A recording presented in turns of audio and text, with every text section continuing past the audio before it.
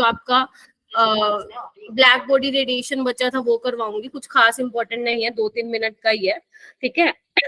उसके बाद मैं डी ब्रोए बोलते हैं इसको, वो कराऊंगी, एंड हाइजेनबर्ग अनसर्टेनिटी प्रिंसिपल करा के इसके क्वेश्चन करा के इसको वाइंड अप कर दूंगी, ज्यादा बड़ा टॉपिक नहीं है, ठीक है। उसके बाद एक हाइड्रोजन स्पेक्ट्रम है जो कि बहुत बहुत बहुत इंपॉर्टेंट है, ठीक है। उसके बाद जो आप लोगों का बचता है ना पोर्शन, वो बचता है आपका क्वांटम नंबर वाला। क्वांटम नंबर ना आप वैसे दिया तो आप अगर बुक खोलोगे तो स्ट्रक्चर ऑफ एटम वाले चैप्टर का ही पार्ट है, बट अगर आप मुझसे पूछो तो वो एक अलग चैप्टर बनता है देखा जाए तो, क्योंकि जो क्वांटम नंबर आप सीखते हो ना वो इसलिए सीखते हो, जो इससे बाद वाला मैं आपको चैप्टर कराऊंगी ना पीरियोडिक टेबल वाला, उसमें वो काम आता है, तभी वो पढ़ाया जाता है आप लोगों को, और इसी चैप्टर में वो इंक्लूड कर दे, लेकिन ये अलग टॉपिक है। लेकिन टेस्ट में ध्यान रखना ये भी आएगा, पूरा आएगा, पूरा जितना भी तुम्हारा चैप्टर 2 है, जितना भी मैंने क्लास में करवाया है उतना ही आएगा, ठीक है। तो ऐसा कुछ नहीं है कि टॉपिक वॉपिक छोड़ दिया या जो भी है, ऐसा कुछ नहीं है बेटा। I request you please time पे आएगा। आरिफ बेटा, मैंने तुम्हें नोटिस किया, तुम आके लीव कर जाते हो, मैं अटेंडेंस नहीं लगाऊंगी तुम्हारी, ठीक है। और जो बाकी बच्चे जो ये 5 मिनट लेट आए हैं, ठीक है, प्लीज बच्चा जल्दी आया करो, I request you. Ma'am actually ना वो सेकेंड बैच में मैथ्स की क्लास लिख दी, तो आई थॉट कि हर्षित सर क्लास से है, बट बाद में पता चला वहाँ पे केमिस्ट्री क्लास चल रही है, जिस लिंक में मैथ लिखते हैं, तो उसके बाद मैंने फिर ये वाली क्लास ज्वाइन की। अच्छा अच्छा अच्छा, गुड गुड, ठीक है, ओके। तो जिज्ञासा को छोड़ के जो भी सारे लेट आए हैं प्लीज बेटा ट्राई किया करो जल्दी आने का, ठीक है। चलो स्टार्ट करें हम, जल्दी बताओ, थम्स अप दो मुझे फटाक से दिया करो और एक्टिव होके बैठा करो। यहाँ पे 6:30 बजे तो तुम्हारी फर्स्ट क्लास होती है, सुबह से कोई क्लास नहीं लिया है ना, सिर्फ अपना सेल्फ स्टडी कर रहे थे, तो मेरी भी क्योंकि ये 6:30 बजे वाली फर्स्ट क्लास होती है तो मैं भी थोड़ा एक्टिव होती हूँ इसमें, तो आप भी रहोगे तो अच्छे से समझ में आएगा, राइट, ओके। तो लास्ट टाइम बच्चे हमने क्या कर लिया था, लास्ट टाइम हमने, कोई मुझे बताएगा आयशा क्या किया था बेटा last time? Ma'am last time photo electric effect हमने पूरा कंप्लीट कर लिया था, विद और क्वेश्चंस, फिर हमने उसके क्वेश्चन सॉल्व करे थे बहुत सारे, जो कि मजे वाले क्वेश्चन थे, है ना, दिमाग खोल देने वाले क्वेश्चन थे। तो आई होप कि वो क्लियर हो गए होंगे, और अगर किसी को मान लो थोड़ा बहुत रह गया हो तो आप प्लीज एक बार नोट्स जरूर रिवाइज करेंगे। अगर फिर भी नोट्स में से भी कुछ रह गया हो तो प्लीज आप रिकॉर्डिंग जरूर देखेंगे, क्योंकि फोटो इलेक्ट्रिक इफेक्ट जो है बहुत बहुत ही ज्यादा इंपॉर्टेंट है, ठीक है। अच्छा, मुझे थोड़ा सा मैं आपको ना थोड़ा आज बोहर मॉडल पे दोबारा लेके चलूंगी, फिर ये वाला कंसेप्ट मैं आप लोगों को कराऊंगी जिसका नाम है डी ब्रोय हाइपोथेसिस, और उसके बाद एक प्रिंसिपल है उसका नाम है हाइजेनबर्ग अनसर्टेनिटी प्रिंसिपल। ये अब बेसिकली आज हमें करना है, लेकिन मैं उससे पहले बच्चे आप लोगों को कराने वाली हूँ ये आपको दिख रहा है क्या, या थोड़ा सा मैं जूम करूं बेटा इसको? क्लियर है, एक मिनट थोड़ा करने की कोशिश करती हूँ, हाँ ठीक है। तो बेसिकली मैं एनसीईआरटी की स्निपिंग लगाई हुई है मैंने, वो इसलिए लगाई हुई है क्योंकि जो ये टॉपिक है ना ब्लैक बॉडी रेडिएशन, ये एनसीईआरटी में ही सबसे बेस्ट दिया हुआ है इसका एक्सप्लेनेशन, बाकी किसी और बुक में मुझे मिला नहीं, तो आई थॉट कि इसी में से ही आप लोगों को जो है कराना चाहिए, ठीक है, ओके। अब मेरी बात सुनो, ये ब्लैक बॉडी रेडिएशन का क्या सीन है, आपको अगर याद हो बच्चे, हमने जो इलेक्ट्रोमैग्नेटिक वेव्स वाला जो टॉपिक किया था उसमें मैंने आप लोगों को क्या बताया था कि जो Maxwell wave theory of light थी उसने क्या बोला था कि जो भी रेडिएशन एमिट हो रही है वो वेव के फॉर्म में हो रही है, ऐसा कुछ बताया था मैंने आप लोगों को? यस मैम, है ना, वेव के फॉर्म में हो रही है, इसका अपना क्या होगा, लैम्डा होगा, और इसकी क्या होगी, फ्रीक्वेंसी होगी, है ना। हमने वेव नंबर भी निकाला था। नवनीत आपने जो मेरे को क्वेश्चन पूछा था ना बच्चे, वो ध्यान रखना, मुझे नहीं पता आपने क्लास ली थी या नहीं, ध्यान रखना ये बहुत बेसिक है कि वेव नंबर 1/लैम्डा होगा, फ्रीक्वेंसी c/लैम्डा होगा, ये वाली चीजें तो आप लोगों को पता होनी चाहिए टिप्स पे, है ना। तो basically wave theory of light ने ये बोला था कि रेडिएशन अगर एमिट हो रही है तो वो वेव की फॉर्म में हो रही है, ठीक है, ओके। फिर उसके बाद मैंने आपको आई थिंक ये बताया था कि जो वेव थ्योरी ऑफ लाइट थी वो ब्लैक बॉडी रेडिएशन और फोटो इलेक्ट्रिक इफेक्ट को एक्सप्लेन नहीं कर पाई थी, ये वाली चीज मैंने आप लोगों को बताई थी, है ना। यस मैम, हाँ, उससे पहले मैंने आपको क्या बताया था, दिव्यांश नहीं आया ना, हाँ उससे पहले मैंने आपको क्या बताया था, प्लैंक्स क्वांटम थ्योरी बताई थी, जिसमें उसने ये बोला था कि प्लैंक्स क्वांटम थ्योरी ये बोलती है कि जो जो रेडिएशन है वो कंटिन्यूसली वेव के फॉर्म में नहीं आ रही है बल्कि स्मॉल पैकेट्स के फॉर्म में आ रही है, जिसको आपने नाम क्वांटम और फोटोन दिया था, ठीक है, स्मॉल स्मॉल पार्टिकल की फॉर्म में आ रही है, आप बोल सकते हो पैकेट्स की फॉर्म में आ रही है, ये बोला था हमने, और यहीं से हमने फोटो इलेक्ट्रिक इफेक्ट भी स्टार्ट किया था। ठीक है, ऐसे ही एक बेटा है आपका ब्लैक बॉडी रेडिएशन। ठीक है, ब्लैक बॉडी रेडिएशन क्या कहता है?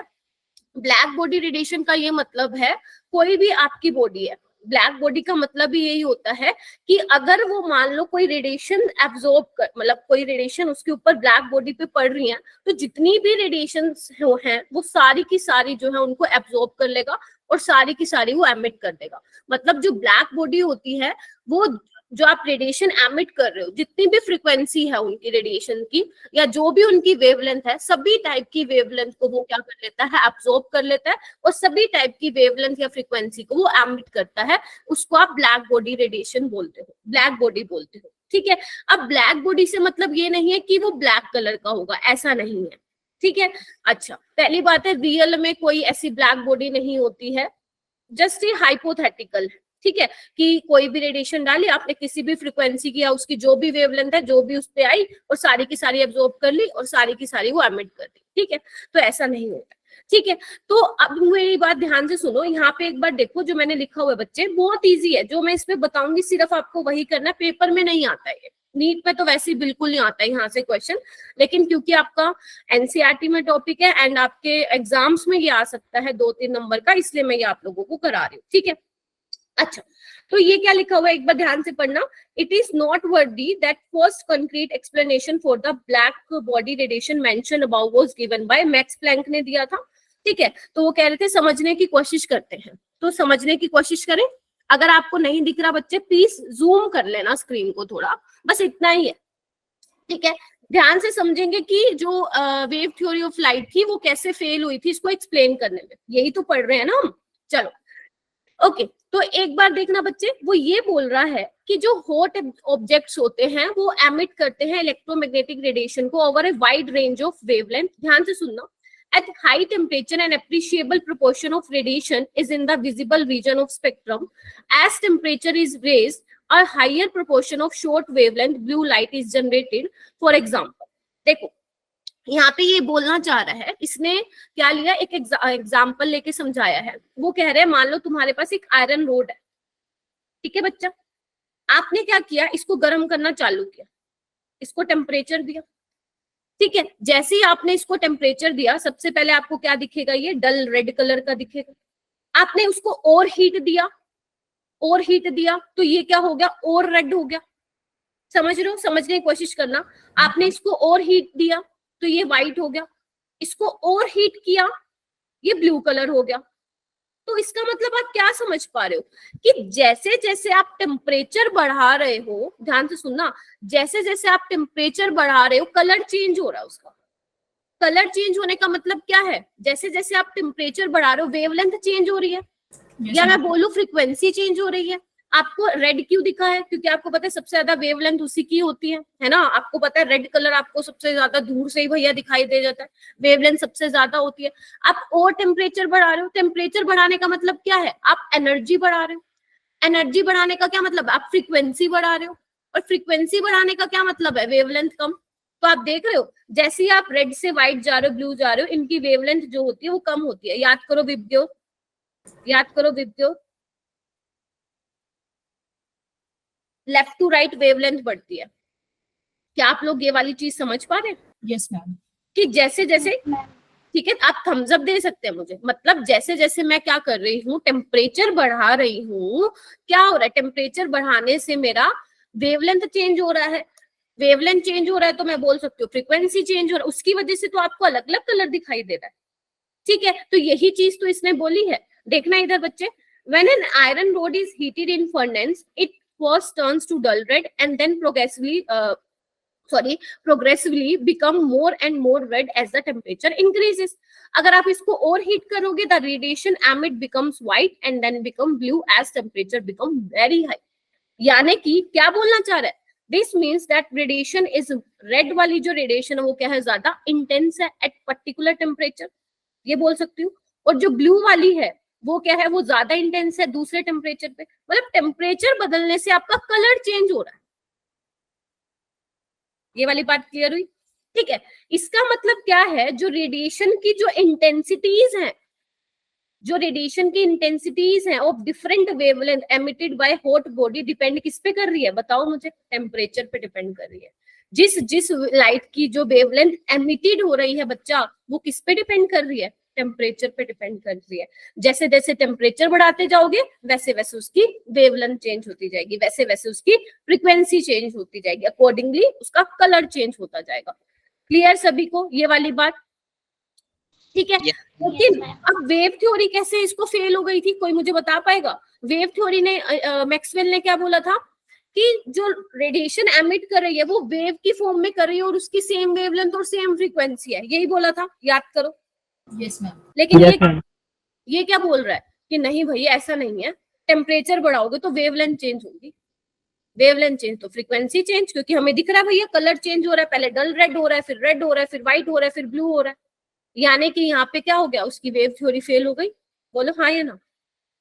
Yes ma'am. ठीक है, चलो बस ओके, यही तो था। और यहाँ पे क्या लिखा हुआ है, an ideal body which emit and absorb radiation of all frequency uniformly is called a black body and the radiation, क्या लिखा हुआ है, and the radiation emit by such a body is called black body. In practice no such body exist.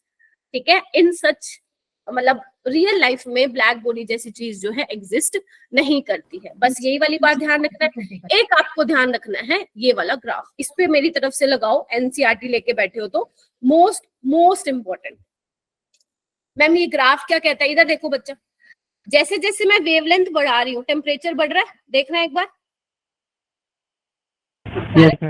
जैसे जैसे मैं wavelength बढ़ा रही हूँ इंटेंसिटी बढ़ रही है, इंटेंसिटी बढ़ रही है, और देखो एक टाइम पे आके सबसे ज्यादा मैक्सिमम हो जाएगी इसकी इंटेंसिटी। फिर क्या है, जैसे जैसे आप वेवलेंथ बढ़ा रहे हो धीरे धीरे इंटेंसिटी क्या है इसकी कम हो रही है।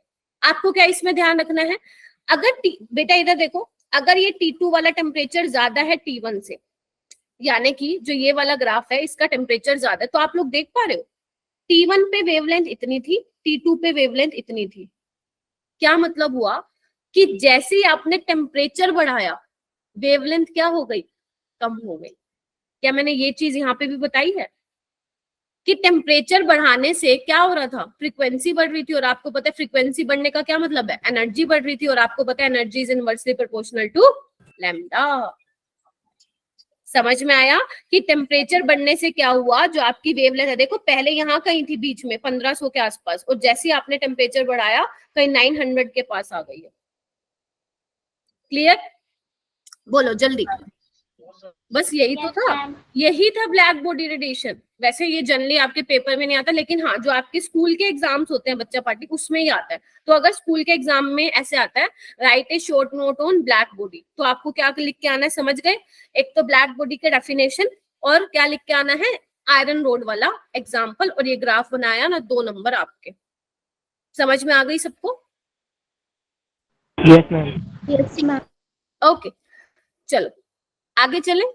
अब आते हम अपने मस्त वाले टॉपिक पे जिसका नाम है डी ब्रोए हाइपोथेसिस। मैम ये डी ब्रोए क्या बोल रहे हो आप, लिखने में तो आप डी ब्रोगले लिख रहे हो, बोलने में आप डी ब्रोए बोल रहे हो। हाँ, लिखने में क्या होता है बच्चा, डी ब्रोगली होता है, बोलने में होता है डी ब्रोए होता है। ठीक है, आप लोगों की मर्जी, आप डी ब्रोगले भी बोल सकते हो। ठीक है दिव्यांश बेटा जल्दी आया कर। चलो समझे इस टॉपिक को, फील लेके समझे। चलो बिल्कुल कहानी की तरह समझेंगे, जैसा हमने फोटो इलेक्ट्रिक इफेक्ट क्लियर किया था वैसे आज ये भी करेंगे क्लियर। अच्छा चलो अब मैं आप लोगों को कुछ चीजें समझा एक बार रिवाइज करवा देना चाहती हूँ।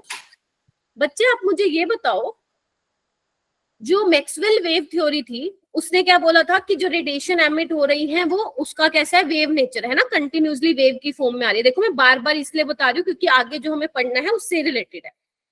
ठीक है बच्चा पार्टी, यही बताया था राहुल, यही बताया था यस मैम। आयशा, यही बताया था। Yes ma'am. ग्रेट। ठीक है, ऐसे ऐसे मैं करके बीच बीच में नाम लूंगी। ठीक है ठीक है।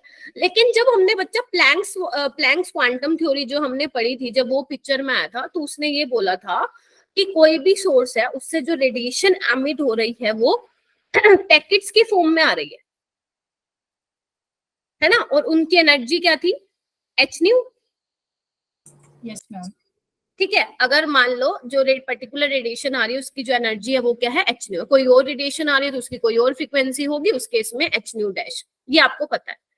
ठीक है, तो बेसिकली क्या मैं ये भी बोल सकती हूँ जो आपकी रेडिएशन एमिट हो रही है वो छोटे छोटे पैकेट्स की फॉर्म में बोल दो या छोटे छोटे पार्टिकल की फॉर्म में आ रही है, ऐसे कंटिन्यूसली नहीं आ रही। ठीक है, इस तरह से आ रही है, जैसे ये आपको दिख रहा है ना, ये लड़के के पीछे इस तरह से आ रही। ठीक है, अच्छा, तो यानी कि जो प्लैंक था इसने क्या बोला, जो लाइट है, जो लाइट रेडिएट कर रही है उसका कैसा नेचर है, ड्यूल नेचर है। वेव नेचर भी है जो कि मैक्सवेल वेव थ्योरी ने बताया, प्लैंक्स ने क्या बताया, वो पार्टिकल नेचर है। बोलो हाँ या ना, क्लियर होना चाहिए अच्छे से। यानी कि लाइट का ड्यूल नेचर दिख लिया, वेव नेचर भी है और पार्टिकल नेचर भी है। तो जो आपका डी ब्रोए आया ना, उसने क्या बोला, उसकी हाइपोथेसिस थी। हाइपोथेसिस आपने नोटिस किया होगा ना, कोई ये प्रिंसिपल है ना कोई इसके पोस्टुलेट है, हाइपोथेसिस है। मतलब जो बाकी साइंटिस्ट थे ना वो इसकी बात कोई ज्यादा मान नहीं रहे थे, जो भी इसने डी ब्रोए ने बताया था, जो बाकी साइंटिस्ट हैं उसकी बात को मान नहीं रहे थे। मैम ये तो बताओ उसने बोला क्या था, उसने ये बोला था कि जैसे आप बोल रहे हो कि लाइट के दो नेचर है, वेव और पार्टिकल, ठीक है, वैसे ही जो ये छोटे छोटे पार्टिकल हैं, आप इनका वेव नेचर क्यों नहीं स्टडी करते? आपने वेव का पार्टिकल नेचर स्टडी कर लिया, आप पार्टिकल का वेव नेचर भी तो स्टडी कर सकते हो। ठीक है, तो उसने ये बोला, इधर देखो, like light has dual character, matter has also dual character। Matter में कौन आ जाता है, आप, मैं, है ना, कार, बस, क्रिकेट बॉल, ये सारी चीजें जितने भी मैटर है, वो कह रहा है, डी ब्रोए कहता है भैया उसका भी ड्यूल नेचर होगा। क्या बोलता है, उसका भी ड्यूल नेचर होगा, मतलब उसका भी क्या नेचर होगा, पार्टिकल नेचर भी होगा और वेव नेचर होगा। यानी कि जो लड़का है इसका भी क्या है, wave nature according to de Broglie. ये बात उसने बोली थी। तो जो बाकी साइंटिस्ट है ना वो उसकी बात को ज्यादा सही नहीं मान रहे थे। ठीक है, कि भाई इंसान का, यानी कि मैं बैठी हूँ, मैं तो पार्टिकल हूँ, है ना, मैं आपको वेव की तरह थोड़ी ना दिखाई दे रही हूँ क्या, वेव की तरह दिखाई नहीं दिखाई दे रही, तो मैं भी क्या हूँ, पार्टिकल है। लेकिन डी ब्रोए ने क्या बोला कि मेरा भी क्या है, वेव नेचर है। ठीक है, तो यानी कि कुछ भी मैटर, इलेक्ट्रॉन, प्रोटॉन, है ना, ये सारे छोटे छोटे जो माइक्रोस्कोपिक पार्टिकल्स है या मैक्रोस्कोपिक पार्टिकल है, उसने सबको बोल दिया कि दो नेचर शो करेंगे, पार्टिकल नेचर और वेव नेचर। उसकी हाइपोथेसिस समझ में आ गई जो उसने बोली थी डी ब्रोए ने? बोलो हाँ या ना। हाँ जी, यस मैम। ठीक है, ओके, आगे बढ़े। हाँ जी, कैसे, तुम कुछ कह रही हो बेटा, गलती से हो गया क्या? ठीक है, चलो। Ma'am I couldn't say it at that time, मेरा माइक ऑन नहीं हो रहा था। Actually I wanted to ask कि मैम बट वेव और पार्टिकल नेचर तो सिर्फ लाइट का होता है ना? यही तो है, अभी मैं यही, जितना भी मैंने लेक्चर आप लोगों को पढ़ाया है, एक सेकेंड, जितना भी मैंने अभी आपके लेक्चर्स लिए हैं जिज्ञासा, उसमें मैं यही तो बोल रही थी कि लाइट के दो नेचर हैं, पार्टिकल और वेव, यही बताया था। लेकिन अब डी ब्रोए जो भाई साहब आए वो क्या बोले कि मैटर का भी ड्यूअल कैरेक्टर है, पार्टिकल भी है और वेव भी। मैटर में कौन आ जाता है, तुम भी आ जाती हो, मैं भी आ जाती हूँ, ये बोतल भी आ जाता है, बस, कार, ट्रक, ये सारी चीजें आ जाती है, और आपके इलेक्ट्रॉन, प्रोटॉन, ये तो आ ही जाते हैं, ये बोल रहे हो। बट उनके ये कहने का भी तो कोई पर्टिकुलर रीजन होगा ना? हाँ, अभी आएगा, अभी मैंने तो कुछ बताया ही नहीं, अभी तो मैं सिर्फ उसकी हाइपोथेसिस बता रही हूँ जो उसने कहा, इसकी बात ये प्रूव भी की गई। ठीक है, अभी ध्यान से सुनना, अभी तो शुरू ही कुछ नहीं हुआ। ठीक है, तो हाइपोथेसिस समझ गए, इसको ये क्यों बोला डी ब्रोए, हाइपोथेसिस क्यों बोला, ये समझ में आ गई सबको? क्यों? क्योंकि जैसे हमको अजीब लग रहा है कि मैं वेव की तरह, मैं आपको वेव की तरह दिखाई देती हूँ क्या? नहीं। क्या मुझे आप वेव की, क्या ये बोतल आपको दिखाई दे रहा है क्या वेव की तरह, ये पार्टिकल की तरह दिखाई दे रहा है, राइट? Yes, तो बाकी जो साइंटिस्ट थे वो यही सोच में पड़ गए कि ऐसा क्या बोल रहा है ये बंदा, पता नहीं। ठीक है, चलो अब देखते हैं इसकी कौन कौन सी बात सच हुई और कौन कौन सी बात ज्यादा खास सच नहीं हुई। Are you ready guys? जल्दी बोलो, जल्दी। Yes ma'am. Yes ma'am. Okay, मजेदार है, मेरा फेवरेट टॉपिक है ये वाला। ठीक है, बिकॉज़ प्रूव होगा ना कि वो थीसिस सच थी कि नहीं थी। लाइक देखते हैं वो क्या बोलता है, कितनी बात उसकी सच हुई है। ठीक है, अच्छा, अब इसके लिए हम क्या करेंगे, हमें एक रिलेशनशिप डिराइव करना पड़ेगा। ठीक है, आप लोगों को ये पता होगा कि आइंस्टीन की इक्वेशन क्या होती है, पता है क्या किसी को आइंस्टीन की इक्वेशन? सबको पता है? एक मिनट, थोड़ा सा अच्छा लिखूं, अच्छा नहीं लिखा मैंने। Einstein equation. ये इक्वेशन ना बहुत मजेदार है अगर कोई ध्यान से सोचे तो। E is equal to MC square. मतलब आप समझ रहे हो, अगर मान लो सपोज ये बोतल है ना, मुझे ये पसंद नहीं है, ये बोतल मुझे पसंद नहीं है। एक तो ना तुम लोग ना लीव मत किया करो, इतना मजेदार टॉपिक चल रहा है और पता नहीं लीव करने की क्या लगती है तुम लोगों को, है ना। मुझे ये बोतल पसंद नहीं है, मैं चाहती हूँ, मतलब नहीं चाहती इसको मैं, है? तो मैं क्या करूँ, अकॉर्डिंग टू दिस इक्वेशन, अगर मैं इसको स्पीड ऑफ लाइट से मल्टीप्लाई कर दूं तो ये किसमें चेंज हो जाएगी, एनर्जी में। मतलब जैसे ही इसका जो भी मास है उसको मैं स्पीड ऑफ लाइट, वो भी स्क्वायर से मल्टीप्लाई कर दूं, तो ये सारा का सारा किसमें चेंज हो जाएगी बोतल, जल्दी बताओ। एनर्जी में चेंज हो जाएगी। जो चीज आपको पसंद नहीं है खत्म कर दो, उसको उड़ा दो, मस्त एनर्जी रिलीज होगी, घर की आपकी बिजली बचेगी 1 साल। ठीक है, अगर हम आइंस्टीन इक्वेशन को ध्यान से देखें तो, ठीक है। लेकिन एक्चुअली में ये मैक्रोस्कोपिक बॉडीज के लिए नहीं था, ये माइक्रोस्कोपिक के लिए था, जैसे इलेक्ट्रॉन, जनरली न्यूक्लियर रिएक्शंस में यूज होती है ये वाली इक्वेशन। चलो ठीक है, ये तो थोड़ा सा मजाक था। अच्छा, प्लैंक्स ने क्या बोला था बच्चे, प्लैंक्स ने थोड़ा मुझे बताना, प्लैंक्स ने क्या बताया, मुझे वो जिज्ञासा क्या था, प्लैंक्स ने क्या बताया था, E is equal to H nu. Yes ma'am. HC by lambda लिख दूं।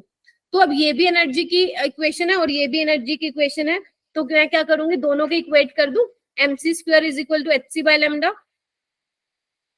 जल्दी देखो, यस मैम। C से C कैंसिल, लैम्डा क्या आ गया बच्चा, H बाय MC। ठीक है, ये इसको बोलते हैं हम डी ब्रोए वेवलेंथ, यहाँ पे लिख सकते हो आप डी ब्रोए वेवलेंथ। ठीक है मैम, ये H क्या है, H वही है जो आप पढ़ते आ रहे हो, Planck's constant.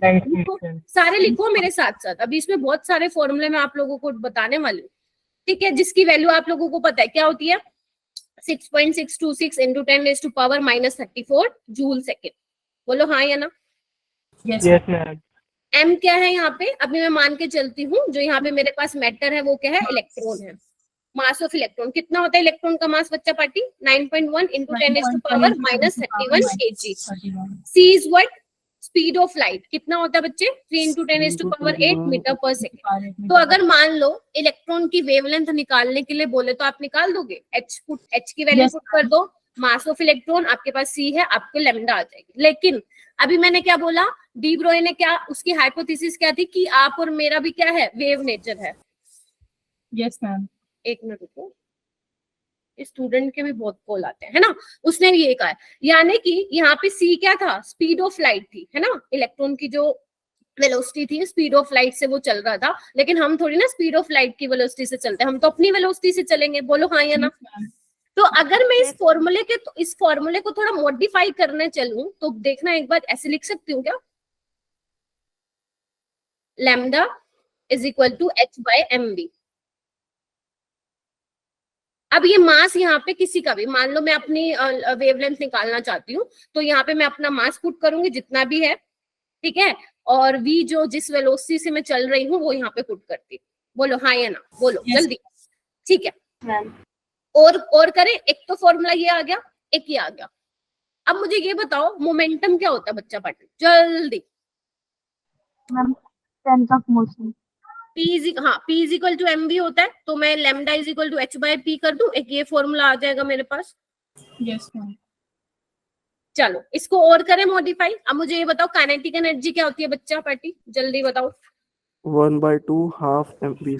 Half mv square. Very good, मजा आ रहा है, हाफ mv स्क्वायर। ठीक है, काइनेटिक एनर्जी ये होता है। ठीक है, और क्या करूं मैं इसमें, फिर चेंज क्या करूं, एक काम करते हैं, इसको ना m से मल्टीप्लाई कर देते हैं दोनों साइड। देखना एक बार, इधर m से इधर भी मल्टीप्लाई कर देती हूँ, m से इधर भी मल्टीप्लाई कर देती हूँ, तो ये लिख दूं m into kinetic energy p square by 2। देखना, क्योंकि p के m भी है और m स्क्वायर v स्क्वायर क्या हो जाएगा, p स्क्वायर हो जाएगा। Yes ma'am. तो आ रहा है ना सबको समझ में, ऐसा कुछ मैंने नहीं किया, ऐसा कुछ मतलब बहुत ज्यादा ऐसा कुछ नहीं बताते जिसमें बहुत ज्यादा आपको ध्यान से देखना पड़े। सिंपल है, सिंपल कुछ नहीं किया, m से मल्टीप्लाई किया और कुछ भी नहीं किया। ठीक है, इसको और क्या कर सकती हूँ, देखना एक बार, इसको ऐसे लिख दूं, p square is equal to 2m into kinetic energy, तो P क्या आ जाएगा अंडर रूट में 2m इंटू काइनेटिक एनर्जी। बोलो जल्दी। Yes ma'am. फॉर्मूले का भी आपसे टेस्ट लेने वाली हूँ, इन फॉर्मूले का भी मैंने एक ये बता दिया, एक ये बता दिया, एक ये, 3 फॉर्मूले ऑलरेडी मैं बता चुकी हूँ।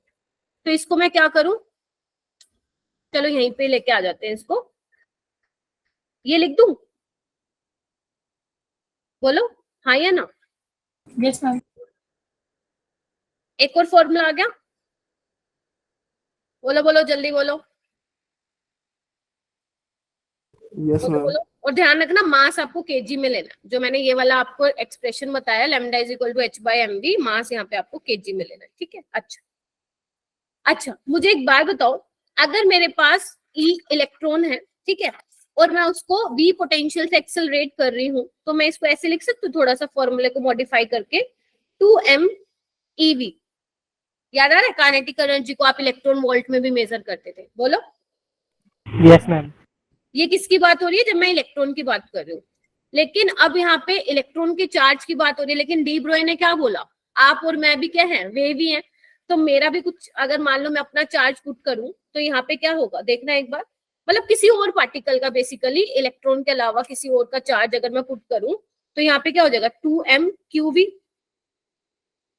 बोलो, अगर इलेक्ट्रॉन का ना लेके मैं किसी और का यहाँ पे चार्ज पुट करूं तो E की जगह मैं क्या लिखूंगी, Q लिखूंगी। बोलो हाँ या ना। Yes ma'am. Yes ma'am. अच्छा, तो यहाँ से आपको क्या पता चला, इधर देखना, ये है lambda is inversely proportional to 1/√v। देखिए यही है ना, कुछ और तो नहीं बता दिया मैंने। चलो नहीं। हाँ, एक बात देखो, जब मैं यहाँ पे मास ऑफ इलेक्ट्रॉन की वैल्यू पुट करूंगी, इलेक्ट्रॉन का चार्ज मैं पुट करूंगी, और HQ की कांस्टेंट है, जब इन सारी वैल्यूज को पुट करती हूँ ना तो इतनी वैल्यू आती है। मैम आप ये क्यों बता रहे हो, इंपॉर्टेंट है क्या, तभी बता रही हूँ, तो मेरे को कोई शौक नहीं पड़ा ये वाली वैल्यूज बताने का, आती है, क्वेश्चन आते हैं इससे, ठीक है। तो एक ये वाला फॉर्मूला हो गया, जल्दी बताओ मुझे, बताओ बताओ जल्दी जल्दी जल्दी। अच्छा, तो सारे फॉर्मूले एक ही पेज पे लिख दूं क्या, एक तो ये बताया मैंने h/mv, एक बताया मैंने lambda is equal to h/p, यही फॉर्मूले हैं, ध्यान से देख लो सारे के सारे, जल्दी बोलो। देख पा रहे हो डी ब्रोई वेवलेंथ के कितने सारे फॉर्मूले हैं, कितने कितने तरीकों से आप वेवलेंथ फाइंड आउट कर सकते हो, बोलो हाँ या ना। ठीक है। अच्छा, इधर देखो बच्चे, एक बार ना इस इक्वेशन को देखो, यहाँ पे जो लैम्डा है हम इसकी यूनिट देखना चाहते हैं, किस में आएगा, ध्यान से देखना। H की यूनिट क्या होती है बच्चे, जूल सेकंड होती है, सबको पता है। मास किस में लेना है मैम, केजी में बोला आपने, और वेलोसिटी किस में होता है, मीटर पर सेकंड में, ठीक है। एक चीज ध्यान रखना, वैसे आप फिजिक्स में पढ़ते हो ये चीज, लेकिन मैं केमिस्ट्री में हमेशा बता देती हूँ बच्चों को, ये वाले ना काम आएगा, कि जो जूल होता है ना वो किसके बराबर होता है, केजी मीटर स्क्वायर पर सेकंड स्क्वायर। आज ये याद रख लेना, और जब तक जिन लाइफ में केमिस्ट्री पढ़ोगे इसको मत भूलना कि जूल किसके बराबर होता है, केजी मीटर स्क्वायर पर सेकंड स्क्वायर। एक काम करो, जूल की जगह ये वैल्यू रखना, और मुझे ये बताना किस में आएगा आंसर। केजी से केजी गया, एक एम से एक एम गया, एस। अच्छा एक और सेकंड और भी था, तो मीटर में आ रहा होगा लैम्डा, लैम्डा मीटर में आ रहा होगा आप लोगों का, चेक करना। Yes ma'am. ये मीटर से मीटर Yes, ma'am. कैंसिल हो गया ना, और ये कैंसिल हो जाएगा, Yes, तो ma'am. यानी कि आपका लैम्डा किस में आ रहा है, मीटर में आ रहा है। समझ आ रहे हो, कोई नहीं बताएगा ये कि लैम्डा मीटर में कैसे आ रहा है, जब तक आपको ये नहीं पता होगा ना जूल केजी मीटर पर सेकंड स्क्वायर में होता है, घुमाते रह जाओगे यूनिट को, पता ही नहीं लगेगा कि यूनिट कहाँ से कैंसिल आउट हुई है। तो यहाँ से आता है लैम्डा, आपका जो वेवलेंथ है मीटर में वो ऐसे आता है। क्लियर है सभी को।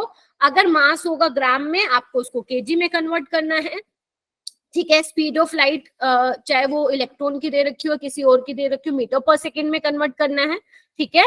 और आपको पता है प्लैंक्स कांस्टेंट किस में होता है बच्चा, जूल सेकंड में होता है। क्लियर हो गया यहाँ तक, एक बार रिवाइज कराऊं जितना भी कराया है। एक बहुत सॉलिड वाली चीज प्रूव होने वाली है, जितने साइंटिस्ट इससे ना खुश थे ना, अब देखना इसने क्या चीज प्रूव कर दी, ठीक है। चलो ठीक है, एक बार फटाफट से बेटा ये डिफरेंस देख लो, इलेक्ट्रोमैग्नेटिक वेव्स और मैटर वेव्स में क्या डिफरेंस है। नाभनीता आ गई क्या? ठीक है, ठीक है, जो जो मैं बोलती जा रही हूँ एग्री करना कि मैम सही बोल रहे हो आप। इलेक्ट्रोमैग्नेटिक वेव्स में हमें बच्चे क्या पढ़ा था? These waves are associated with electrical and magnetic field, यही बोला था। मैटर वेव्स में क्या है? These waves are not associated with, मेरा कोई इलेक्ट्रिकल और मैग्नेटिक कंपोनेंट नहीं है, ठीक है। ये क्या बोल रहा है? Electromagnetic waves can be emitted और radiated in space, matter waves के are neither radiated into space nor emitted by particles, these are simply associated with particles. यही तो बोला ना, यही तो बोला ना कि जो आप ये पैकेट्स, स्मॉल पैकेट्स की फॉर्म में आ रहे हैं, इनका ही क्यों नहीं आप पार्टिकल नेचर स्टडी करते? तो सिंपल एमिट हो जाते हैं। हाँ ठीक है, हम कहाँ पहुंच जाते? मून पे पहुंच जाते, ठीक है।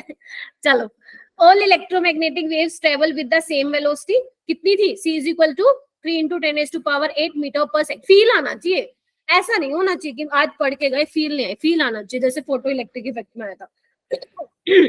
जबकि मेरी आपकी क्या है? अलग अलग वेलोसिटी, तो matter waves travel with a different velocity, ठीक है, समझ गए? ओके, ये मैं ऑलरेडी बता चुकी हूँ। The velocity of all electromagnetic waves, कौन कौन सी थी इलेक्ट्रोमैग्नेटिक वेव्स? याद आ रही है? वो जो मैंने पूरा स्पेक्ट्रम बताया था आपको, है ना, रेडियो वेव्स, माइक्रोवेव्स, ये वो फलाना है ना, ठीक है। तो वेलोसिटी कितनी बता रहे? 3 into 10⁸ मीटर पर सेकंड, जबकि मैटर वेव्स की अलग अलग होती है। वेवलेंथ कितनी दी थी? Lambda is equal to h/mc, अभी बता के आई हूँ आप लोगों को। और अगर मैं मैटर वेव्स की बताऊं तो lambda is equal to h/mv। ये किसके लिए? आपके पेपर में स्कोर करने के लिए 2 मार्क्स का क्वेश्चन आता है कि right the difference between electromagnetic waves and matter waves. Clear बच्चा? अभी तक ऐसा लग रहा है क्या मजा ना आ रहा हो? चलो अब आ जाओ। अब मैं जो ये क्या नाम है, जिज्ञासा जो बात बोल रही थी ना, उसका हम आगे चलते हैं। देख, वो ये बोल रहा है, ये बहुत इंपॉर्टेंट है, इस पे लिखो मेरी तरफ से मोस्ट इंपॉर्टेंट। नीट में कैसे आता है इससे क्वेश्चन? नीट में ऐसे आता है इससे question, right the which of the following statement is correct regarding de Broglie hypothesis, ठीक है। तो ये बहुत इंपॉर्टेंट है, सिग्निफिकेंस पता होना जरूरी है भाई, डी ब्रोई का क्या सिग्निफिकेंस है, ठीक है। यहाँ ध्यान से देखना, the wave nature of matter has no significance for object of ordinary size. बोल दिया, बोल दिया कि जो मैटर का वेव नेचर है उसका कोई सिग्निफिकेंस नहीं है, जिनका साइज क्या है, जो मैक्रोस्कोपिक बॉडीज हैं उनके लिए डी ब्रोई नहीं है, सिग्निफिकेंट नहीं है, कोई सिग्निफिकेंस नहीं है। मैं वेव की तरह दिख रही हूँ क्या?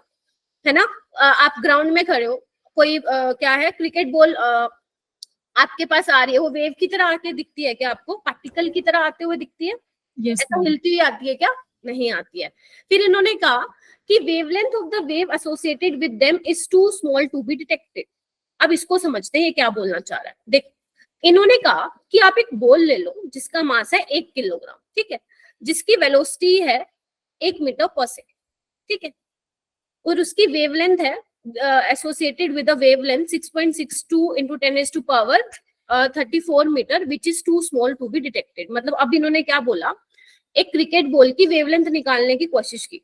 तो आप लोग देख पा रहे हो, जैसे मैं h पुट करूंगी, m मास पुट करूंगी, वेलोसिटी पुट करूंगी, तो आप वेवलेंथ देख रहे हो उस क्रिकेट बॉल की कितनी कम आ रही है? यस मैम, 6.62 into 10⁻22 पिकोमीटर आ तो रही है, कुछ ना कुछ वेवलेंथ तो आ रही है। इतना भी भैया झूठा नहीं था हमारा डी ब्रो, लेकिन क्या है, नेग्लिजिबल है ना। इसलिए मुझे ये क्या वेव की तरह नहीं दिखाई देती, मुझे पार्टिकल की तरह दिखाई देती है। जो आपकी क्रिकेट बॉल आ रही है आपकी तरफ, वो आपको पार्टिकल की तरह दिखाई देती है, क्योंकि उसका मास बहुत ज्यादा है, because inversely proportional to lambda is inversely proportional to mass. जितना ज्यादा मास होगा उसकी वेवलेंथ बहुत कम होगी, इतनी कम होगी कि भैया आप उसको डिटेक्ट नहीं कर पाओ। क्लियर हो गया? क्लियर हो गया तो थम्स अप दो। बढ़िया, चलो चलूं आगे। Yes ma'am. तो यानी कि क्या मैं बोल सकती हूँ फिर, it is evident that de Broglie concept is more significant for microscopic or submicroscopic particle whose wavelength can be measured, क्योंकि lambda is inversely proportional to mass. तो जितना मास कम होगा, आपको पता है, अगर मैं इलेक्ट्रॉन की बात करूं, इलेक्ट्रॉन का पार्टिकल नेचर आप देख सकते हो, इलेक्ट्रॉन का पार्टिकल नेचर तो आपको पता होता है, लेकिन अकॉर्डिंग टू डी ब्रोय उसका क्या है, वेव नेचर भी है अकॉर्डिंग टू डी ब्रोय। क्यों क्यों? क्योंकि उसका क्या है, मास जो बहुत कम है, आपको पता है कितना है, 9.1 इंटू 10⁻⁻31 kg। तो जो उसकी वेवलेंथ आएगी वो क्या आएगी, सिग्निफिकेंट आएगी। यानी कि इलेक्ट्रॉन का क्या है, वेव नेचर है। और ये बात जो प्रूफ करके भी दिखाई थी Davisson and Germer experiment. Germer है, पता नहीं जर्मन, एक बार देख लेना। एक्सपेरिमेंट, इन्होंने एक्सपेरिमेंट किया था जिसके थ्रू इनको ये पता चला कि इलेक्ट्रॉन जिसका पार्टिकल नेचर तो था ही, उसका वेव नेचर भी है। ठीक है, तो यहाँ से ये मैं आपको पूरा एक्सपेरिमेंट नहीं बता रही क्योंकि आप फिजिक्स में पढ़ोगे। ठीक है, तो यहाँ से जो डी ब्रोय है थोड़ा सा चोड़ में भी आ गया, वही देख लो, मेरी बात ठीक निकली। हाँ, हालांकि पूरी तो ठीक नहीं निकली क्योंकि उसने अपा को भी वेव बोल दिया था, है ना। और जिनका मैक्रोस्कोपिक बॉडीज के लिए इतना उसका कोई सिग्निफिकेंस नहीं था, लेकिन हाँ जो माइक्रोस्कोपिक पार्टिकल्स है उसके लिए अच्छा खासा उसने एक्सप्लेन कर दिया था। और जो डेविसन एंड जर्मर एक्सपेरिमेंट था उसने ये बात प्रूव भी कर दी कि हाँ भाई सच बोल रहा है वो, इलेक्ट्रॉन का वेव नेचर भी होता है। चोड़ में आ गया वो, चलो आगे चले फिर। Drawbacks are everywhere but at least he tried. हाँ, ये हर किसी में हुआ है, आपने नोटिस किया है? जब से मैं आपको मोल Yes, कंसेप्ट पढ़ाते आ रही हूँ, हर किसी की कोई ना कोई बात तो ठीक है, और उसी को लेके ही हम अभी तक दूसरे चैप्टर पे पहुंच चुके हैं। ठीक है, लेकिन जो थर्ड चैप्टर आएगा उसमें ऐसा कुछ नहीं है, वो बिल्कुल अलग चैप्टर है, वो इनऑर्गेनिक का चैप्टर है। अच्छा, तो यानी कि एक बात प्रूव हो गई क्या, कि मैम इलेक्ट्रॉन का वेव नेचर है।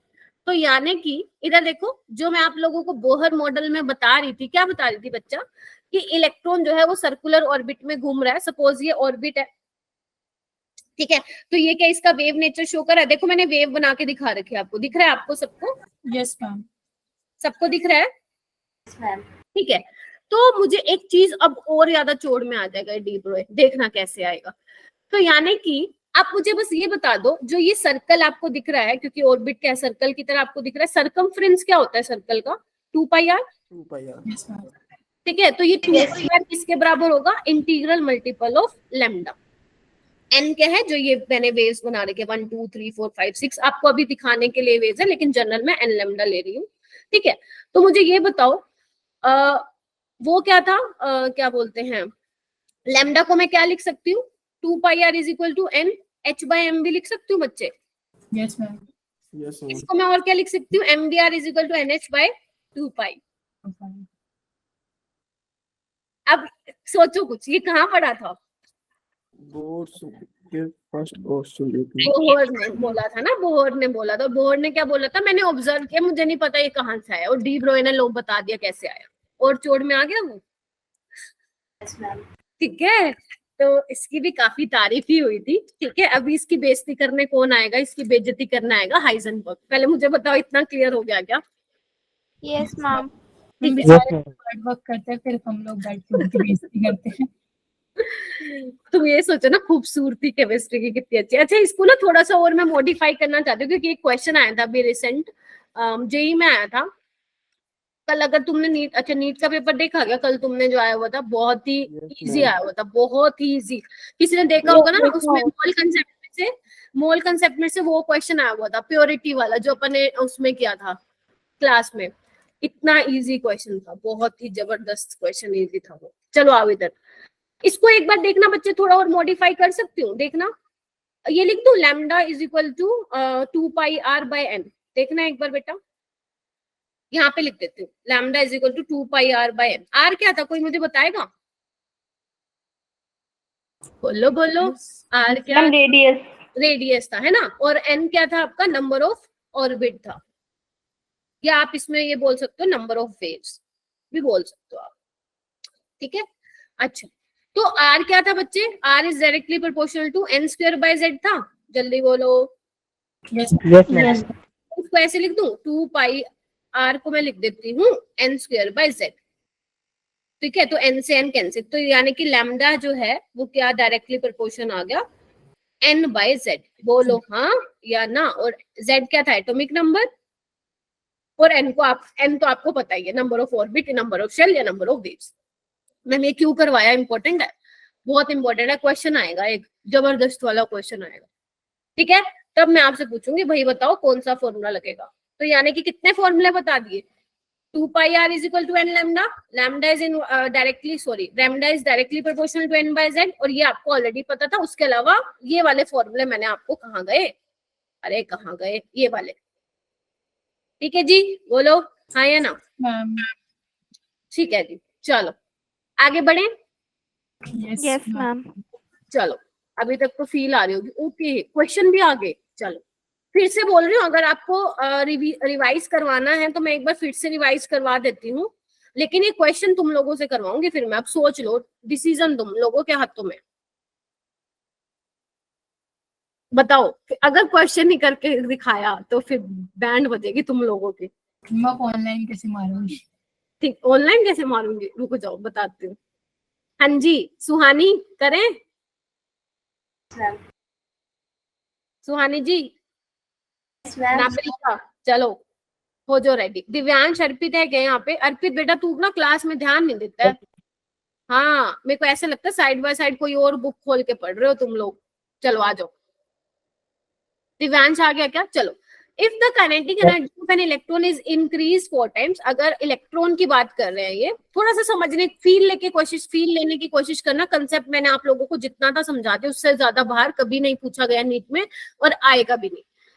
ठीक है, अगर इलेक्ट्रॉन की काइनेटिक एनर्जी आपने 4 गुना कर दी, 4 टाइम्स, तो वो पूछ रहे हैं the wavelength of de Broglie wave associated with it would become. 25 बच्चे थे, 3 बच्चे गायब, अटेंडेंस नहीं लगेगी उनकी. तो पहले तो मुझे ये बताओ मेरा बच्चे लोग कि यहाँ पे मैं फॉर्मूला कौन सा लगाऊं. हाँ राहुल जी, कौन सा फॉर्मूला लगाऊं? Ma'am lambda is equal to h under root 2 MEV. Very good, यही लगेगा क्या आयशा? Yes ma'am. मैम ये वाला नहीं लग सकता, lambda is equals to h by root 2m kinetic energy. यही तो लगाया, यही तो लगाया ओ सॉरी, मुझे लगा EV. ना, क्योंकि इलेक्ट्रॉन वोल्ट की बात नहीं हो रही ना, जिसकी बात हो रही है आप वही करके चलेंगे. ठीक है, चलो आ जाओ.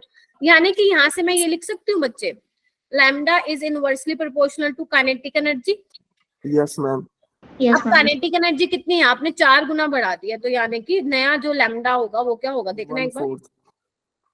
4 यानी कि 1/2 देखना एक बार. तो यानी कि क्या हो जाएगी, वो हाफ हो जाएगी.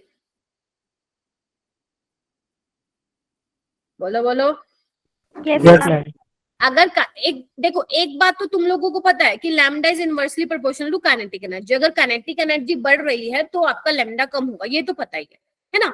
लेकिन हमें पता अंडर रूट में है, तो अगर 4 टाइम्स ये बढ़ रही है तो हाफ टाइम्स क्या हो जाएगा, आपका लैम्डा हो जाएगा. बोलो बोलो. Yes ma'am. Yes ma'am. चले आगे, चले बच्चा पार्टी, चलो. Yes ma'am. ये वाला क्वेश्चन करके दिखाओ. The de Broglie wavelength of a car, आपको मास दिया हुआ है बच्चे, कितना, 1000 kg. वेलोसिटी कितनी दी हुई है, 36 किलोमीटर पर आवर. अब ध्यान रखना, इसको मीटर पर सेकंड में करना पड़ेगा. आपको लैम्डा निकालना है, तो जल्दी मुझे फॉर्मूला बता दो. जेई 2013 में आया हुआ है question. h upon mv. Ma'am h upon mv. Very good, शाबाश. एच की वैल्यू क्या है, ये जूल सेकंड में, मास केजी में ही है. आपको कोई चेंज करने की नीड नहीं है, लेकिन वेलोसिटी को चेंज करना पड़ेगा. आपने मैथ्स में सीखा होगा, 1 किलोमीटर पर आवर को अगर आपको मीटर पर सेकंड में करना होता है तो डायरेक्ट आप क्या करो, 5/18 से मल्टीप्लाई कर दो. सीखा है क्या ये? Yes ma'am. मैं एक बार बता देती हूँ, जो आप करते हो ना 1 किलोमीटर पर सेकंड में करना है, तो आपको पता है 1 किलोमीटर में 1000 मीटर होते हैं, राइट. और 1 आवर में क्या होते हैं, 60 मिनट. 1 मिनट में होते हैं 60 सेकंड. इसका आंसर सी आ रहा है, 6.6. तो आप जब इसको सोल्व करेंगे ना तो वो 5/18 ही आएगा. आप करके देख लेना बेशक.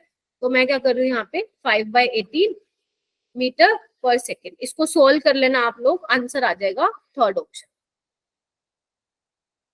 ठीक है जी. Yes ma'am. आ गया. हाँ जी, सबका आ गया होगा. चले. Yes ma'am. चलो. Yes ma'am. ओके, ये वाला क्वेश्चन कर लोगे, ये मैं नहीं करवा रही हूँ, होमवर्क दे रही हूँ तुम लोगों को. De Broglie wavelength of a particle, और नीट में भी ऐसे क्वेश्चन बहुत पॉपुलर रहते हैं. ठीक है, वैसे होमवर्क ही लिखा हुआ है। The de Broglie wavelength of a particle mass दिया हुआ है बच्चे आपको, और वेलोसिटी आपको दी हुई है lambda is equal to h/mv करके आप इसका निकाल लेना। ठीक है, आपके लिए छोड़ दूं? Yes, ma'am. Yes, ma'am. Okay, ये वाला क्वेश्चन करो, जेई मेन 2016।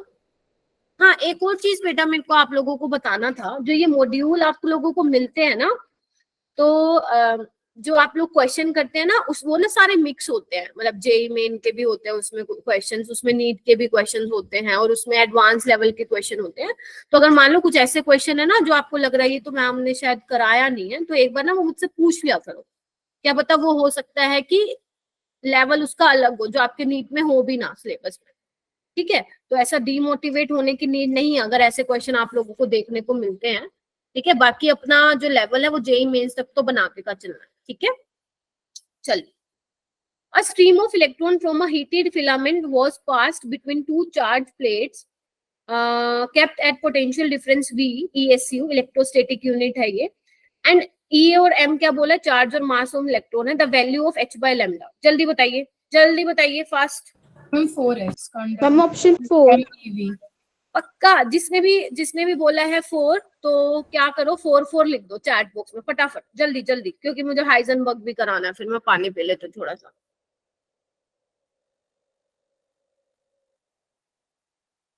जानवी है मेरी क्लास में, Janvi and Arif, Mahi,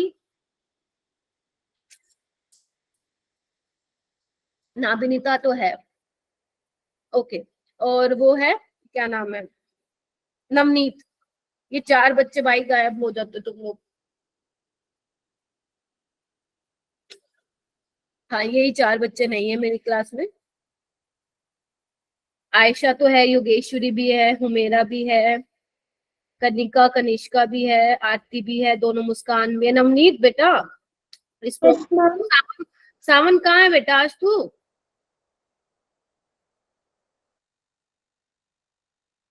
Sawan, The chat is flooded with 4। चलो अच्छा 4 आएगा क्या मैम? ये क्या क्वेश्चन पूछा आपने, इतना इजी जेई मेन में? जी हाँ, आपसे पूछा है h/लैम्डा, तो h/लैम्डा क्या हो जाएगा भाई, 2m e। E क्या है, इलेक्ट्रॉन पे चार्ज, V क्या है, पोटेंशियल डिफरेंस, M क्या है, मास ऑफ इलेक्ट्रॉन, 2 क्या है, 2 क्या है मैम, 2 क्या है, 2 नंबर है। चलो आगे, Yes, ma'am. इस पे लगाओ मेरी तरफ से, लिखो झक्कास क्वेश्चन, लिखो झक्कास क्वेश्चन। क्या गजब का क्वेश्चन पूछा है 2021 में। ठीक है, एक क्वेश्चन और भी मजेदार मिलेगा लेकिन होमवर्क में। चलो इसको करने की कोशिश करते हैं। प्रोटॉन है, अब इलेक्ट्रॉन की बात नहीं हो रही, किसी और की बात हो रही है ना। प्रोटॉन है, लिथियम है, ठीक है, are accelerated by same potential, यानी कि दोनों का जो पोटेंशियल है वो सेम है, यानी कि V सेम है। वो पूछ रहे हैं कि जो लिथियम की वेवलेंथ है और जो प्रोटॉन की वेवलेंथ है वो डी ब्रोई वेवलेंथ है। ठीक है, वो पूछ रहे हैं, इधर देखो बच्चे, lambda lithium by lambda proton कितनी है, इसकी वैल्यू x इंटू 10⁻⁻1, आपको x निकालना है। और आपको क्या गिवन है बच्चा पार्टी, कि जो लिथियम का मास है, इधर देखना बच्चे, वो 8.3 टाइम्स है मास ऑफ प्रोटॉन। आपको क्या निकालना है, x की वैल्यू। तो आप एक काम कर सकते हो, आप इसको छोड़ो, पहले ये निकाल लो, इनका रेशियो निकाल लो। तो मुझे कौन ऐसा स्टूडेंट है जो ये बताएगा कि मैम इसमें ये वाला फॉर्मूला लगेगा? Ma'am shall I tell? या sure. Ma'am lambda Li by lambda P, तो like I'll do it under root M mass of like P into E into V divided by mass of Li into बच्चे ठीक है, आप सही जा रही हो, बट यहाँ पे ई इलेक्ट्रॉन की बात थी ना वो, है ना, लेकिन यहाँ पे अब इलेक्ट्रॉन नहीं है, यहाँ पे प्रोटॉन और लिथियम के न्यूक्लियस की बात हो रही है। तो कौन सा फॉर्मूला लगेगा, जल्दी बताओ भाई। सुहानी फॉर्मूला बता बेटा। सुहानी, मेरा तो इसी फॉर्मूले से 1:5 आ रहा है। 1:5 आ रहा है Ma'am, हाँ। ma'am, lambda equal to h upon p. Lambda is equal to h by P. Under root 2M Q into V। हाँ मैम वो मैंने बीच में से बताया, मैंने स्टार्ट ऐसे ही किया है इसको। अच्छा, राहुल कौन सा लगेगा फॉर्मूला? मैम मेरे हिसाब से तो h/√2m/qv लगेगा। हाँ क्यों? क्योंकि अब यहाँ पे ना प्रोटॉन का चार्ज आ गया ना और पोटेंशियल नहीं लिथियम दे का चार्ज रखा आ गया है ना, पोटेंशियल तो सेम है दोनों का। सब एग्री करते हो? अर्पित हो गया, दिव्यांश हो गया, नवनीत हो गया, एग्री करते हो? सुहानी आप कहाँ हो बेटा? क्या हुआ, नहीं पता चल रहा था कौन सा लगेगा? देखो बच्चे इधर देखो एक बार, लैम्डा इज व्हाट? h/2m/qv, यही है। Yes ma'am. अब पोटेंशियल तो सेम है तो मैं क्या करती हूँ ना, इसको ये ले लेती हूँ। इधर देखना एक बार, इधर देख, लैम्डा ये लिख लूं क्या? mq, क्योंकि एक मास में चेंज आ रहा है और चार्ज में चेंज आ रहा है, बाकी तो सेम ही है। तो मैं क्या लिख लेती हूँ? लिथियम बाय प्रोटॉन, तो क्या हो जाएगा देखना एक बार बच्चे, mp divide by m lithium into q lithium. बताओ पहले, इतना समझ में आया तो बताओ। Yes ma'am. Yes ma'am. ठीक है, कोई डाउट नहीं? बहुत बढ़िया। अब मास ऑफ प्रोटॉन क्या है? ये क्या हो गया? 1। हाँ, तो मास ऑफ प्रोटॉन को वैसे ही रहने दो। चार्ज क्या है प्रोटॉन पे? 1 का होता है, तो मैं इसको 1 मान के चल रही हूँ। ठीक है, लिथियम का मास कितना है? 8.3 times of mass of proton. Lithium charge कितना है बच्चा पार्टी? 3। तो एमपी से एमपी कटा, ये कितना आ जाएगा? 1.2 24.9 आ रहा है। एक बार सोल्व करके देखो। 1/5 तो मैं इसको क्या अप्रोक्स लिख देती हूँ? 1/25 यानी कि 1/5 यानी कि 0.2। बोलो हाँ या ना? Yes ma'am. Yes, ma'am. को क्या लिख सकती हूँ मैं? 2 × 10⁻⁻1। Yes ma'am. और यानी कि x की वैल्यू क्या आ गई बच्चा पार्टी? 2 आ गई। 2 कैसा था ये क्वेश्चन? मैम ये इजी था, काफी जल्दी होता है। मैम हाँ बच्चे, मैम जब आपने फॉर्मूला पुट किया मैम, मेरे को यहाँ से समझ में नहीं आया थोड़ा। देखो देखो आ जाओ इधर, इधर देखो। योगेश्वरी, एक ये वाला फॉर्मूला बताया बेटा अभी मैंने, है ना? Yes ma'am. जब आप इसका रेशियो लोगे लिथियम और प्रोटॉन का, तो पोटेंशियल तो सेम है, तो V से कैंसिल हो जाएगा, 2 से 2 कैंसिल हो जाएगा, H से H कैंसिल होगा, क्योंकि ये कांस्टेंट है। यानी कि यहाँ पे जो चेंज होगा वो मास होगा और चार्ज होगा, क्योंकि लिथियम पे चार्ज 3 है और प्रोटॉन पे आपको पता है 1 होता है ना, चार्ज है ना, +1 है ना। मास ऑफ लिथियम आपको ऑलरेडी दिया हुआ है, तो मैंने क्या किया देखो ना, ये इनवर्सली प्रोपोर्शन है ना इसके। ठीक है, तो अगर लिथियम का मैं ऊपर लिख रही हूँ तो उसका मास और चार्ज क्या आएगा? डिनोमिनेटर में आएगा। ऐसे ही प्रोटॉन का अगर मैं नीचे लिख रही हूँ तो उसका ऊपर आएगा। देखो यस मैम। ठीक है, बस कुछ नहीं किया मैंने, जो दिया हुआ था वो वैल्यू पुट की और आंसर आ गया मेरा। एक बार ट्राई करोगे खुद से तो हो जाएगा। ठीक है, ओके मैम। अब आओ हाइजेनबर्ग अनसर्टेनिटी प्रिंसिपल। ये अलग ही बंदा था भाई, इसके बाद कोई प्रिंसिपल नहीं आएगा, ये लास्ट प्रिंसिपल था। ठीक है, तो हाइजेनबर्ग अनसर्टेनिटी प्रिंसिपल क्या कहते हैं? पहले तो ना इसका पेपर में नंबर लेने के लिए 2 नंबर का क्वेश्चन आता है, ये statement, state Heisenberg uncertainty principle. तो अगर ये आप पूरा लिख के आ जाओगे जो इस स्लाइड में लिखा हुआ है, आपको 2 नंबर मिल जाएंगे। ठीक है, तो कहता क्या है ये, पहले वो समझते हैं, फिर अपनी ही लैंग्वेज में समझेंगे कि एक्चुअल में ये हाइजेनबर्ग अनसर्टेनिटी प्रिंसिपल है क्या चीज। ठीक है, it is impossible to measure simultaneously both the position and velocity of a microscopic particle with absolute accuracy or certainty। क्या बोल दिया मैम इसने? ये देखो, वो ये बोल रहा है, ध्यान से सुनना। अगर मैं इलेक्ट्रॉन की बात कर रही हूँ, इलेक्ट्रॉन की बात कर रही हूँ, इलेक्ट्रॉन आपको पता है माइक्रोस्कोपिक पार्टिकल है। हाइजेनबर्ग ये कहता है कि भैया इलेक्ट्रॉन, अगर आप इलेक्ट्रॉन की पोजीशन और वेलोसिटी पता लगाना चाहते हो एक टाइम पे, तो आप पता नहीं लगा सकते हो। It is impossible to measure simultaneously both the position and velocity of a microscopic particle with absolute accuracy और सर्टेनिटी। क्या बात बोल दी इसने, बहुत ही गहरी बात बोल दी इसने। एक बात बताओ, थोड़ा सा एग्जांपल लेके समझते हैं।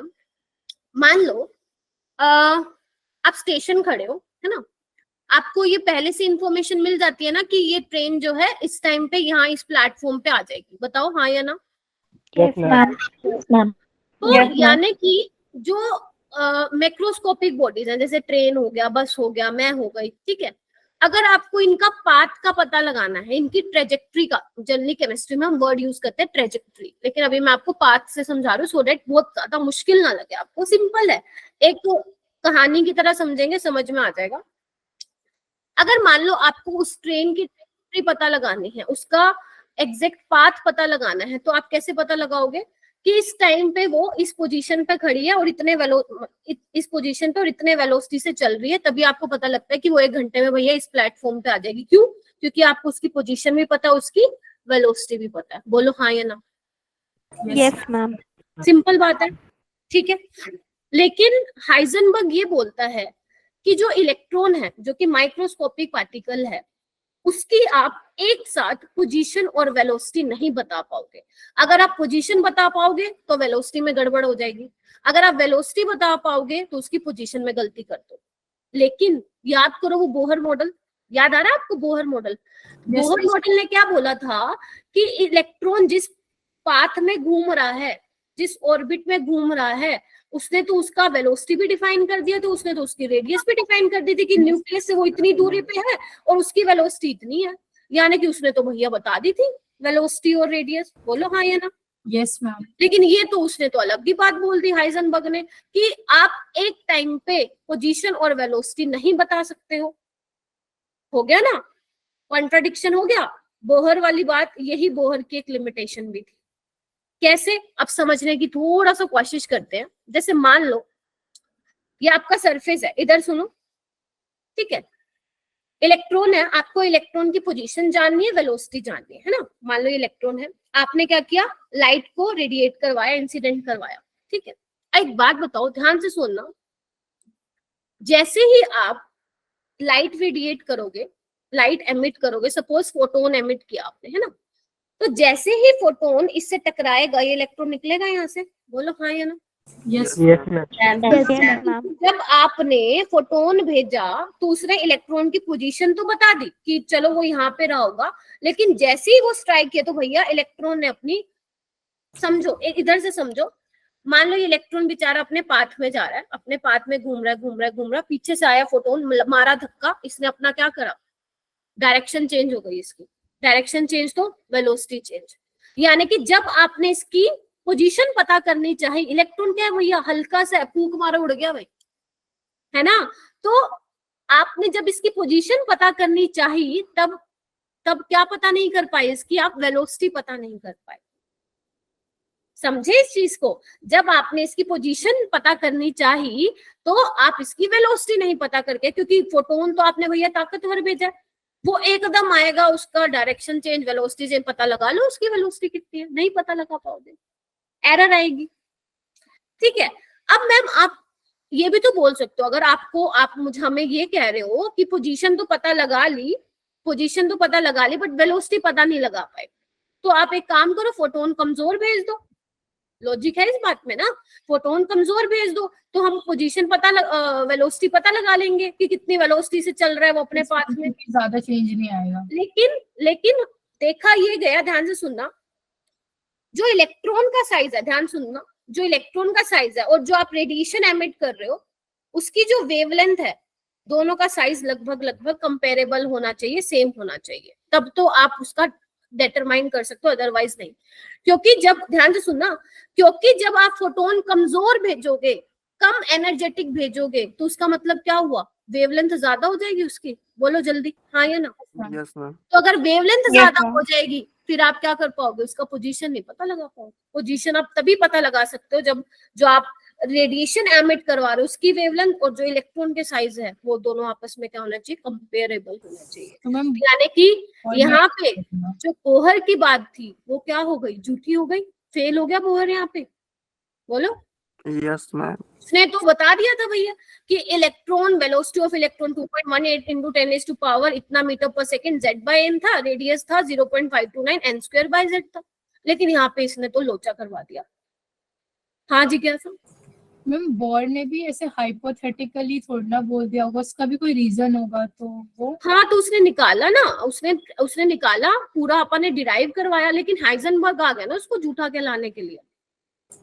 निकाला तो सबने ही कुछ ना कुछ है, लेकिन आ गए ना दूसरे लोग उनकी बेइज्जती बट वो तो कैलकुलेट हो गया था ना। हाँ तो वही तो इसने बोला ना कि भैया तुमने कैलकुलेट कर तो दिया, लेकिन ये चीज सही नहीं है, आपने जो कैलकुलेशन किया उसमें बहुत एरर आने वाली है। यही बात हम मेथड से राइट आंसर निकाल लेते हैं। हाँ हम लाइक रॉन्ग मेथड से राइट आंसर निकाल लेते हैं वैसे। हाँ, इसका नहीं आंसर है आप लोगों के पास, आपके पास इसका आंसर नहीं है कि राइट हैंड राइट क्यों है, लेफ्ट हैंड लेफ्ट क्यों है, आईज आगे क्यों है पीछे क्यों नहीं है, समझ रहे हो। तो हाइजेनबर्ग आया तो उसने ये वाली बात बोली, तो उसने क्या एक्सप्रेशन दिया वो आपको ध्यान रखना है।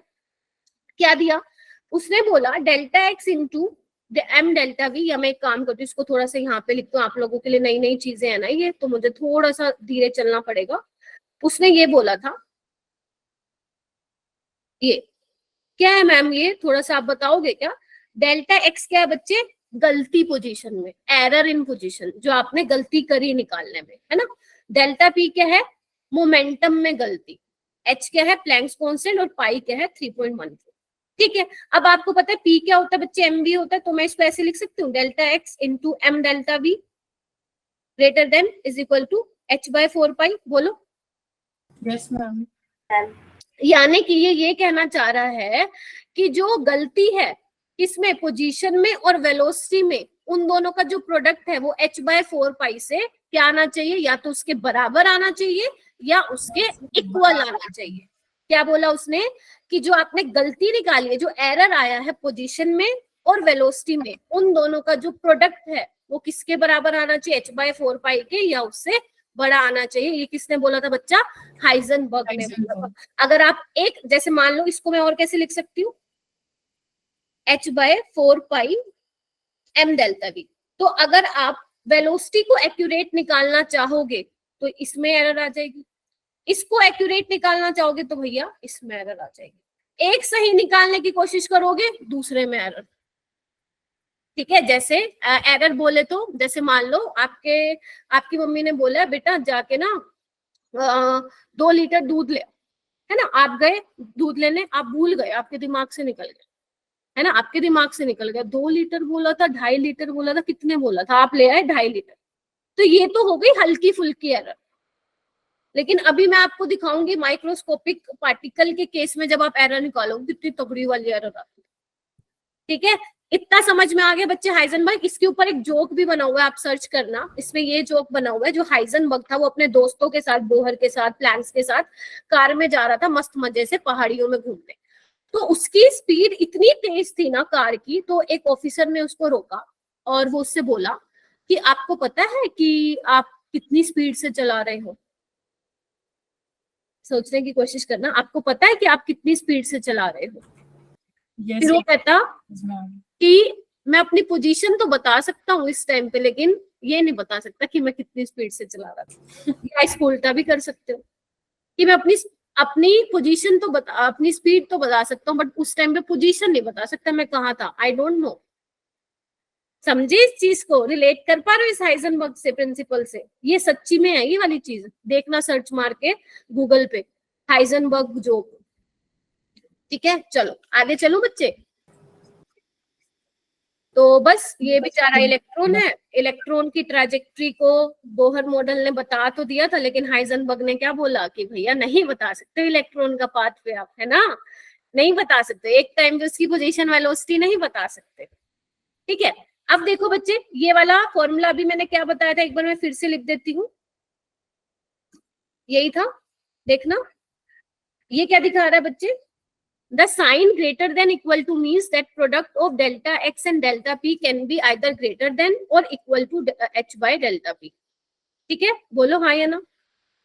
Yes ma'am. h by 4 पाई कर दो, यहाँ पे गलत लिखा हुआ है, it can never be less than h by 4 pi since the minimum product of delta x delta p constant। ध्यान रखना, जो इनका ये प्रोडक्ट है वो क्या है, कांस्टेंट है। कांस्टेंट बोले तो delta x is inversely proportional to delta p। Delta P. अगर ये ज्यादा होगा ये बहुत कम होगा, है ना। अगर मान लो जो एरर है, अगर आपने मोमेंटम में एरर इनफाइनाइट निकाल दी तो भैया कितनी ज्यादा एरर है, तो इसमें कितनी एरर होगी, 0 होगी। समझ रहे हो आप मेरी बात? Yes ma'am. ठीक है, तो ध्यान रखना मैम, न्यूमेरिकल में हम क्या ये ग्रेटर देन इक्वल टू लगाएंगे क्या? नहीं, न्यूमेरिकल में आपको क्या लगाना है, इक्वल टू का साइन लगाना है। ठीक है, न्यूमेरिकल में हम मिनिमम वैल्यू लेके चलते हैं, तो आप ये इक्वल का साइन लगाएंगे इस तरह से। जो भी आपसे पूछ रखा है, अनसर्टेनिटी इन वेलोसिटी पूछ रखा है या अनसर्टेनिटी इन पोजीशन पूछ रखा है, जो भी आपसे पूछ रखा है वो आप फॉर्मूले में पुट कर देंगे। ठीक है बच्चा? Yes ma'am. हाँ जी, पहले तो बताओ क्लियर हुआ what is Heisenberg uncertainty principle? Yes ma'am. Yes, ma'am. क्या बोल दिया था Yes, ma'am. उसने? क्या बोल दिया था उसने कि आप एक टाइम पे जो माइक्रोस्कोपिक पार्टिकल्स होते हैं उनका वेलोसिटी और पोजीशन साइमल्टेनियसली नहीं निकाल सकते हो।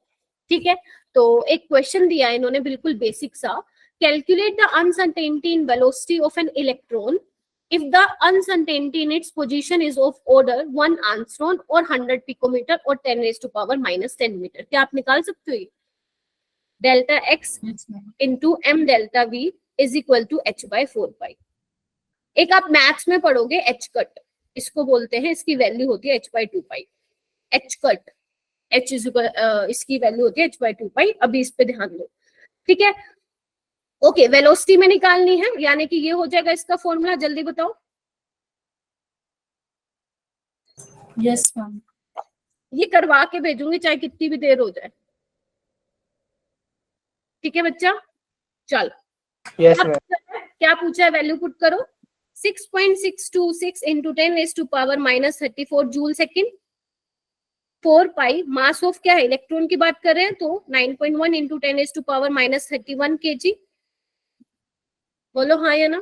Yes ma'am.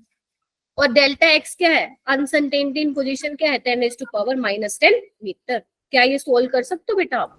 Yes ma'am.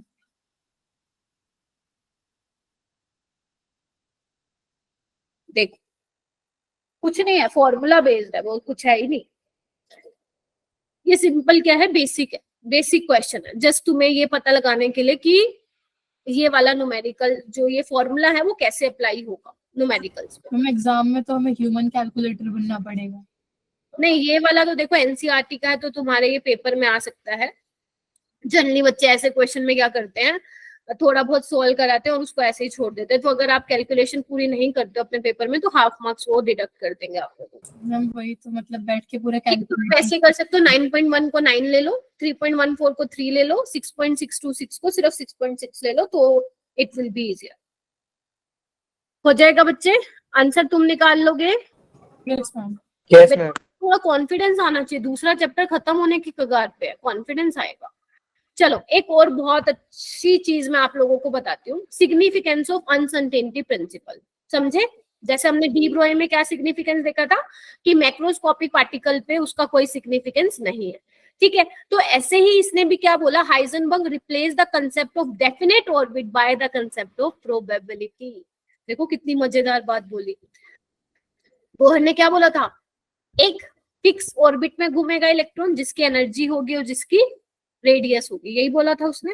Yes, ma'am. अब उसने क्या किया, इस कंसेप्ट को रिप्लेस करके प्रोबेबिलिटी का नाम दे दिया। प्रोबेबिलिटी का मतलब क्या है, क्योंकि हाइजेनबर्ग ने ये बात तो बोल दी उसकी झूठी कि आप जो है एक टाइम पे साइमल्टेनियसली एक साथ उसकी पोजीशन और वेलोसिटी नहीं बता सकते हो कि कहाँ वो है। या तो आप पोजीशन बता दो कि भैया इलेक्ट्रॉन इस जगह है ना, तो वेलोसिटी नहीं बता पाओगे। अगर आप ये बता देते हो कि इलेक्ट्रॉन इस वेलोसिटी से चल रहा है तो पोजीशन नहीं बता पाओगे। तो इन्होंने क्या किया, इस कंसेप्ट को हटा के रिप्लेस कर दिया प्रोबेबिलिटी से, कि आप प्रोबेबिलिटी बता सकते हो कि अगर मान लो आप पोजीशन नहीं बता पा रहे हो इलेक्ट्रॉन की, तो आप ये बोल सकते हो हाँ इस रीजन में कहीं ना कहीं इलेक्ट्रॉन हो सकता है, एग्जैक्ट मुझे नहीं पता कि वो किस रीजन में। बोलो। Yes ma'am. ठीक बोला ना हाइजेनबर्ग ने, कि अगर डेफिनेट ऑर्बिट का उसने एक्सप्लेन जो कंसेप्ट था वो गलत बोल दिया तो प्रोबेबिलिटी नाम दे दिया कि आप ये नहीं बता सकते हो कि एग्जैक्ट पोजीशन, लेकिन ये तो बता सकते हो कि इस एरिया में कहीं, जैसे मान लो इस एरिया में वो कहीं भी हो सकता है इलेक्ट्रॉन। बोलो हाँ या ना। Yes, ma'am. ठीक है, ये हम डिटेल में कहाँ पढ़ेंगे, थोड़ा बहुत क्वांटम जब नंबर पढ़ाऊंगी तो मैं आपको समझाऊंगी कि ऑर्बिट और ऑर्बिटल में क्या डिफरेंस होता है, वहां पे ये छोटी छोटी चीजें दोबारा आएंगी। तो uncertainty principle in our daily life has no significance, ये मानते हो? Yes, क्योंकि हम कार की, ठीक है, अगर मुझे आपको मेरी वेलोसिटी और पोजीशन बतानी हो, मैं चल रही हूँ, आप मुझे मेरी बता सकते हो।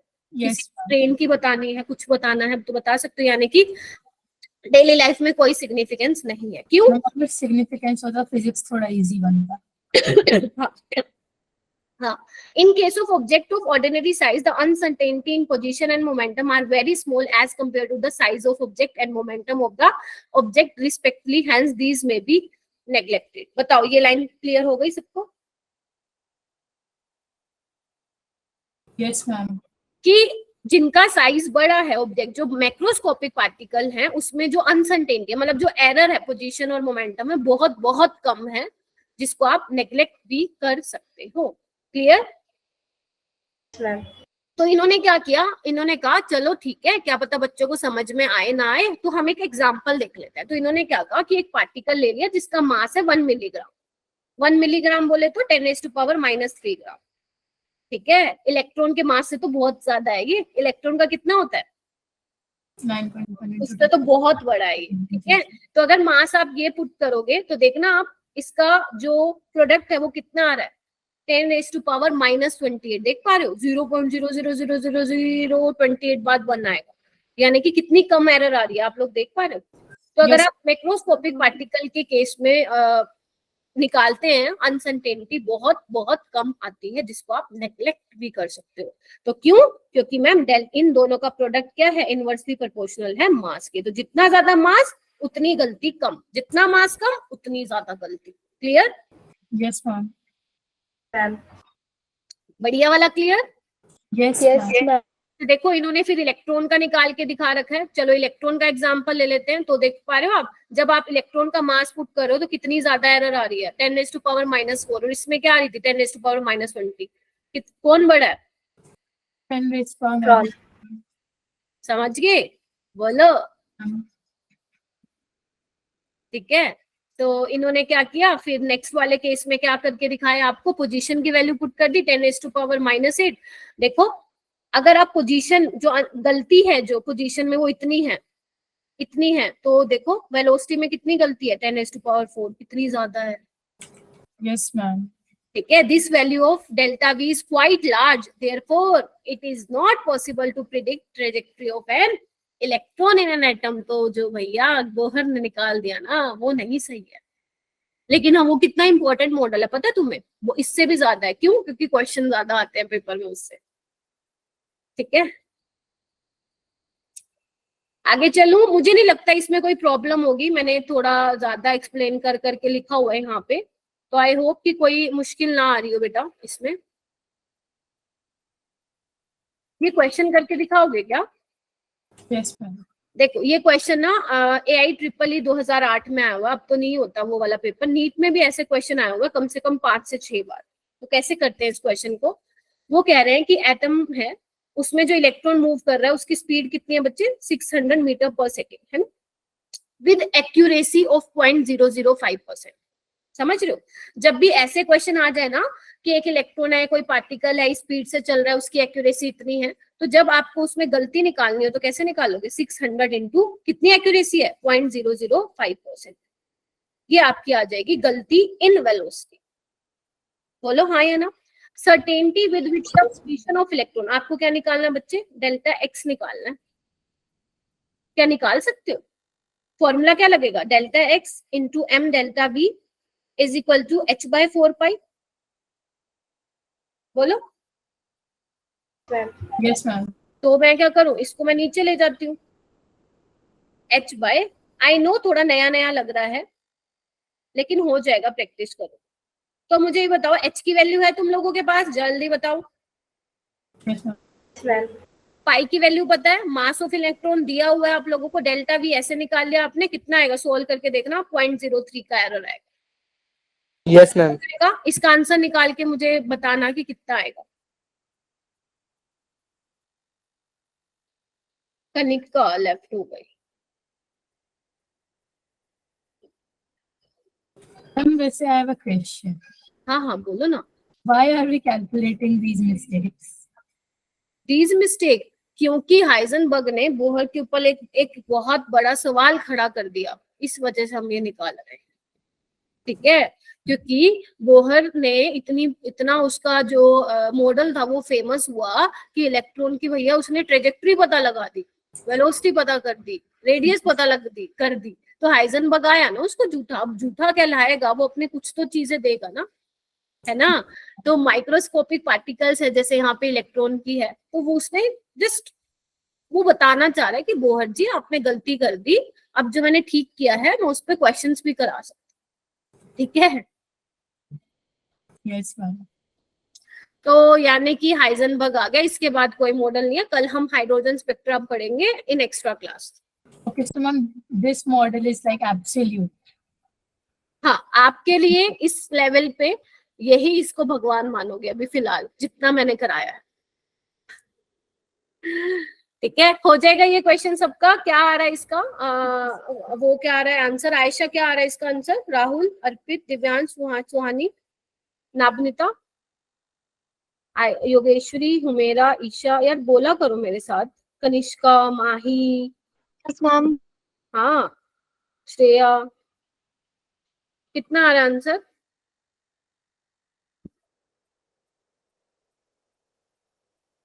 राहुल नहीं आ रहा है क्या आंसर?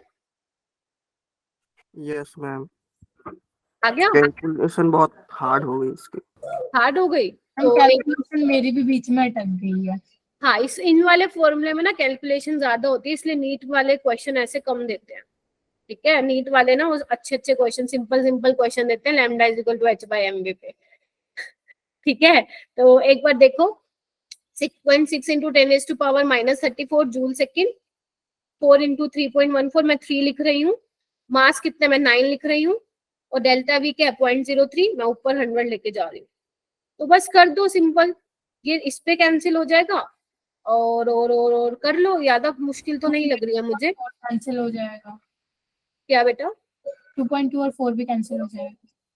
हाँ, उसको भी आप कैंसिल कर दो, 2 2 पे कर दो, ये 1.1 हो जाएगा, ये भी कैंसिल हो जाएगा, 250 पे हो जाएगा, बस कर लो आप। रह क्या गया? मैम सेकंड ऑप्शन है। सेकंड आ रहा है क्या सबका? बेटा I don't know the answer. Approx में सेकंड वी कैन टेक। ठीक है, क्लियर हो गया बेटा आज का टॉपिक? एक बार रिवाइज कराऊं क्या फटाफट से?